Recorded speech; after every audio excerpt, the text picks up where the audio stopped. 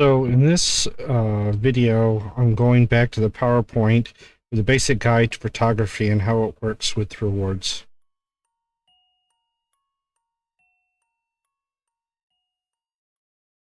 Alright, so everybody's been exposed to the camera at this point, and I have some basic tutorial videos on it as well.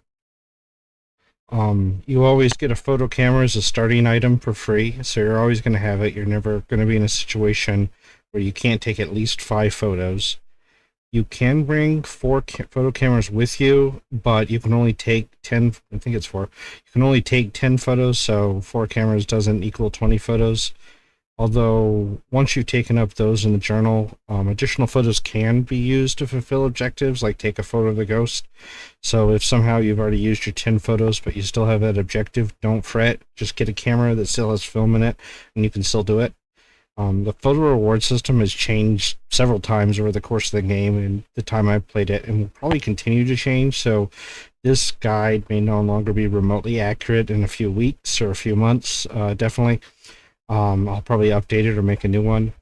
Keep in mind the photo camera does count as an electronic device, so it can only be switched off by switching it to another item or dropping it entirely.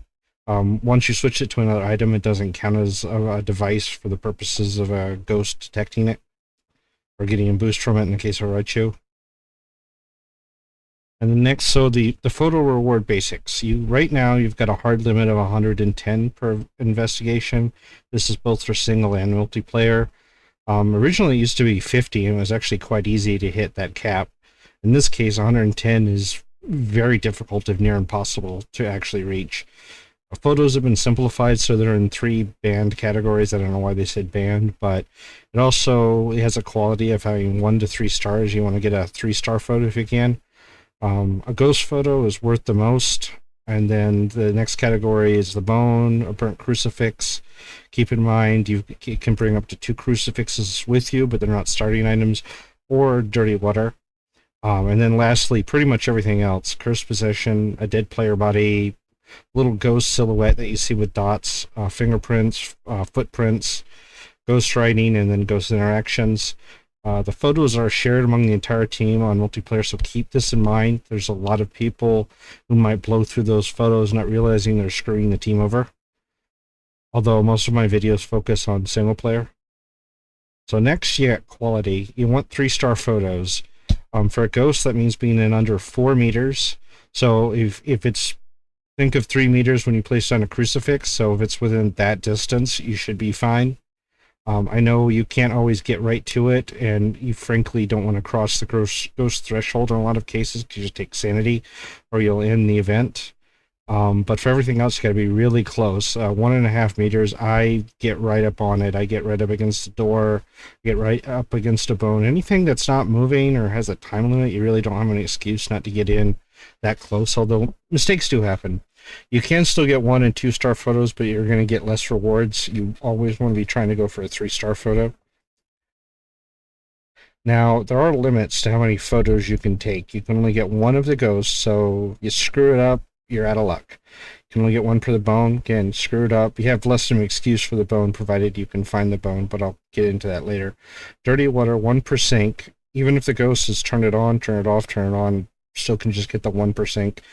Burnt crucifix. Crucifix has 2 charges, thus 2 stages, so each crucifix you can, if you're quick enough, you can get a photo of both. Now, if you miss out on the first charge's photo and it's used the second one, you're not going to be able to get both stages. So for an investigation, you can get up to 4 photos. If you're bringing all the items, you really want to try to get that. That's going to be a big source of your money. The cursed possession, you can get once per cursed possession. Normally, you only have the 1. I know some custom difficulties you can set more. Dead body, once per dead body per player. Of course, if you're in single player, you're not going to be able to get anything. The dots ghost, once per appearance, but getting a photo of that dots ghost is, I mean, you can do it as an extra challenge, I suppose, but it goes by quickly. So, and then fingerprints, every time it leaves a set of fingerprints, you can get a photo of that. Even if it's touched that door multiple times, each time counts. And then the footsteps, footprints that it leaves that you can see with UV light. Obviously, you can't get that with a Wraith. And then ghost writing once per book. So if you actually bring multiple books, you could get one of each book. And then any ghost interaction, you can get one per interaction. Now, you may run into a case where there's multiple subjects in the photo frame. So there is a priority system, which can be really annoying. Ghost always takes priority. If you don't already have a ghost photo and a ghost is in the frame, it will take a picture of that ghost. So your 3-star burnt crucifix might be a 1-star ghost. Interactions take precedence over fingerprints, but they're worth the same, so that's not an issue anymore. Fingerprints used to be worth more, so that could be a problem. So remember that when a ghost touches the door, it's going to be about 20 seconds of interaction, and then a fingerprint could last longer. Since they're worth the same, you might as well, ghost touches the door, go up to it, take the photo. Past then, it's whatever subject's closer. So if it's made 2 interactions and one interaction is closer, whatever, or you've got an interaction, whatever, you've got an interaction closer than the bone. So that's the key, to really get up on there. And sometimes you might move things, if you can, away. Like burnt crucifix, there's been times where I've tried to take a picture of it and I've gotten a footstep because the footstep was actually closer. So keep that in mind. And then now there's a lot of things you could get out the camera and think, oh boy, I'm taking screenshots. There's a lot of things you won't get any credit for photographing. Other items, teddy bears, bloody axes. Brand new players may think that teddy bears are the voodoo doll or something. That does happen. Taking pictures of living players. I know it's nice to take a screenshot of you and your buddies in a multiplayer game, but it's not going to get you anything in the game mechanics. While the air attack or ghost miss events are technically events and manifestations, taking a picture of one will get you nothing. Personally, I think that should probably be changed a little bit, but if a player moves an object, moves a door, but the ghost didn't, then that won't count. You might think you're smart and get pictures of stuff through the computer monitor in the truck, but guess again, buddy, that won't count either. And then most of the equipment you bring in, except for the journal that's been written in, won't count. You got an active EMF meter, that won't count as the interaction. You have long ago used salt piles that don't have associated footsteps with them, those don't count. Smudge sticks, either lit or burnt out, doesn't count. The candle doesn't count. There were times when an interaction with the candle might sometimes get you a photo, but it wasn't worth trying. So basically, you got 10 photos. Don't waste your space with stuff you can't photograph. 3-star photo rewards. Ghost is worth $20. I mean, you want to get a ghost photo, and a lot of times you got the objective. And then the next category, you got bone, burnt crucifixes, dirty water. That's $10 each. With 2 crucifixes and 2 stages, that could be $40 right there. So the big chunk of that. Everything else that you can get is just worth $5. Best you could do is you could take 1 ghost photo, 1 bone, 4 burnt crucifix stages, and 4 dirty waters and get $110 with 2 photo cameras. You're probably not going to get that. I have, and it was the ghost was in a bathroom with, a lot of sinks, and it touched all the sinks. So, but a lot of times you're not going to be able to get anything close to, you're not going to get that. More likely you can shoot for ghost, a bone, 1 dirty water if there's a sink, 4 crucifixes. A lot of times people take a picture of the cursed possession because it used to be worth more. And then 2 fingerprints, interactions, whatever, you get $95 out of that. That's still pretty good.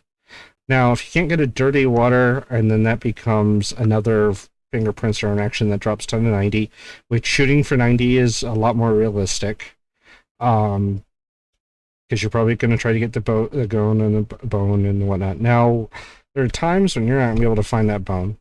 So that drops down to 85, assuming you're still getting ghosts, but maybe it's the opposite. You got a shade that never appears, never manifests, and you can't get a ghost photo, but you found the bone. Well, that drops down to 75.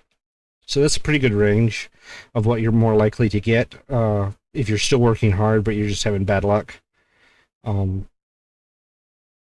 Now, if you're only using the starter items only with 1 photo camera, which that's a way I like to play a lot of the time, you're only going to get 5 photos instead of 10.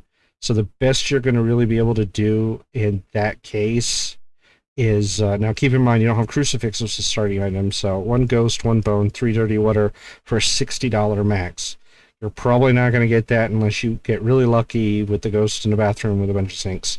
More likely it'll be a ghost, a bone, and three of whatever else, and you got $45. Or you don't find the ghost, or you don't find the bone, and that's 40. You don't find the ghost, that's 30. Or you just take pictures of pretty much anything that counts for 3 stars, and that's 25. So it really goes down there.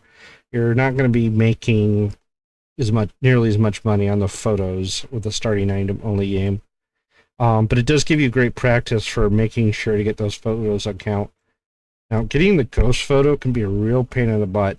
The ghost manifestations events are really the best time because the ghost is not flickering and it can't actually harm you, but those sometimes don't last very long. They can be 1-2 second things, or they could be going on for a straight 10 seconds while the ghost hums or whistles or sings or whatever at you. You can get photos during the ghost hunt, but they're really risky and the ghost is flickering, so you may not have that photo. It is a little easier with the Oni because it's more visible, at least as of the current patch. And the Dialkin, you're leading around, so you'll probably have enough time to be able to just switch to the camera, get that photo, and switch back.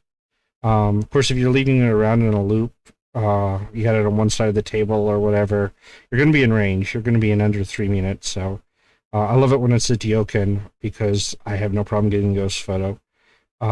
Ghost manifestations, they can take a few seconds, so don't, you already hear the ghost humming and whistling from the next room over. Maybe wait until the next time. Don't waste getting like a 1-star photo or no photo at all. The air attacks, ghost miss don't count, even though they're an event. Again, I kind of wish they would change that or make a compromise on that. Keep in mind, photo camera is electronic. If you have it out, it can be detected by the ghost during a hunt. Oh, and there's plenty of ghosts where you might just get a shadow on a wall manifestation. That still counts for the ghost. It doesn't have to be a full embodiment thing. Like with a shade, you very common have just shadow manifestations. Now the bone. On the smaller maps, you got Tanglewood. Yeah, you can check all the rooms probably 3 or 4 times during the investigation, so you don't have much of an excuse not to find it. You're on a bigger map, medium or large. If you've seen my recent videos with the prison, yeah, finding the bone, sometimes it's just not worth it. I mean, $10 is not worth losing hundreds of dollars of equipment because of a failed investigation where you died. It is necessary for perfect investigation bonus as far as I know, but it's usually not for most of the special challenges.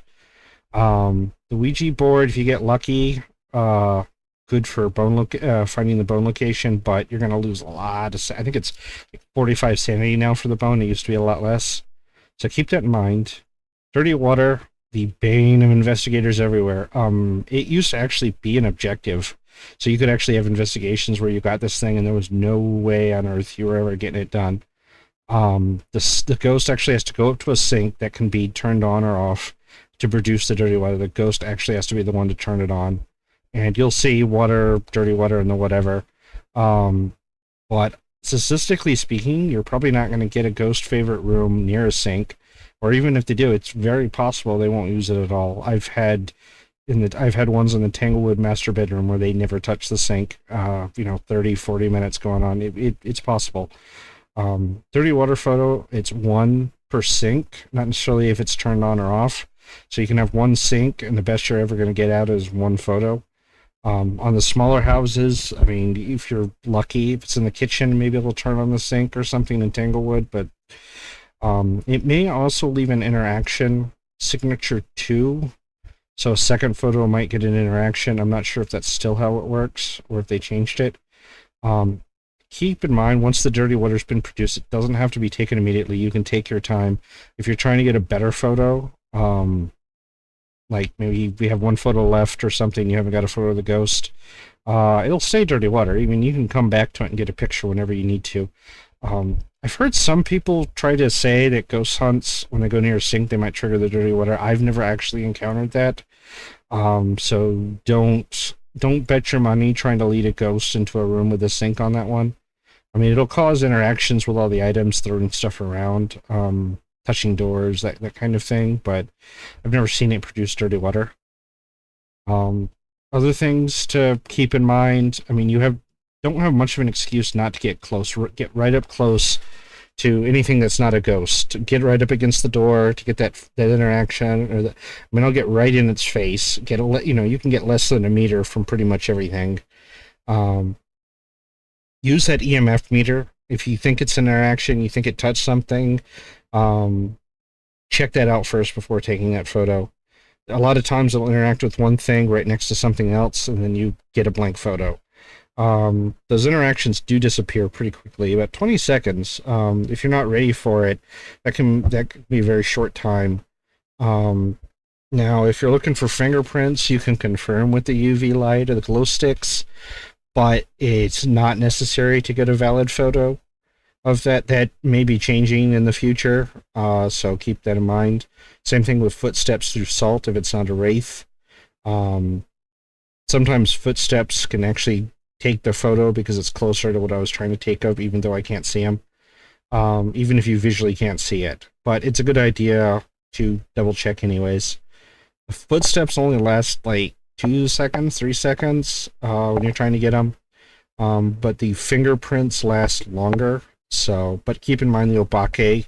If you got that, or you got a mimic who's an obake, you can cut that duration.